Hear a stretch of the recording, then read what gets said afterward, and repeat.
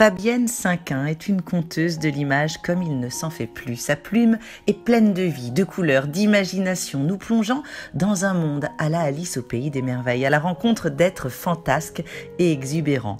Et quand l'artiste se fait inviter par le musée Mandet de Riom pour une carte blanche, autant vous dire que la magie opère magnifiquement. Fabienne Cinquin s'est plongée dans les collections sublimes du musée, retenant une œuvre ici, captant un détail par là, ressentant une atmosphère, s'arrêtant sur une couleur ou un jeu de matière.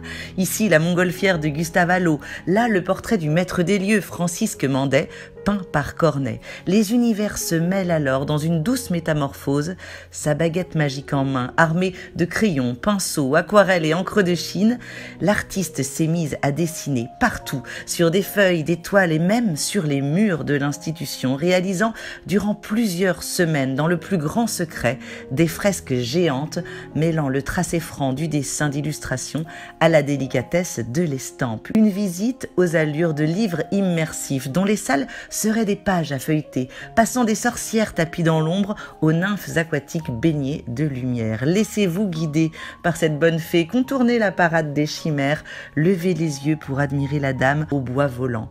Des personnages étranges et fascinants, issus de ces albums originaux, d'élégantes demoiselles en robe à crinoline, dévoilant un bec de corbeau et des oreilles de lapin, comme pour mieux écouter nos réactions. N'y voyez-vous pas une réinterprétation géniale de l'ambiance des salons baroques du musée Mandet, un nouveau regard sur les précieuses céramiques des collections, des clins d'œil délicieux aux figures mythologiques du Psyché d'Amaury Duval ou des personnages du défilé des gueux d'Alphonse Cornet.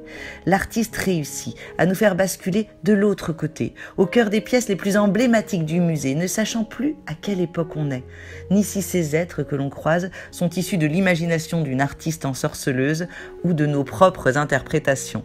Un monde de l'émerveillement dans lequel on resterait bien encore un peu plus longtemps.